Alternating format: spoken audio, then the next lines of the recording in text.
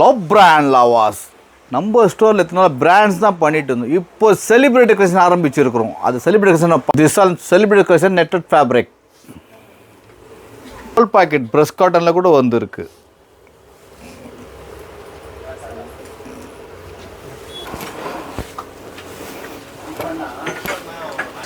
Imported மெட்டீரியலில் பார்த்தோன்னா party wear celebrity collections வந்துருக்கு எல்லாமே.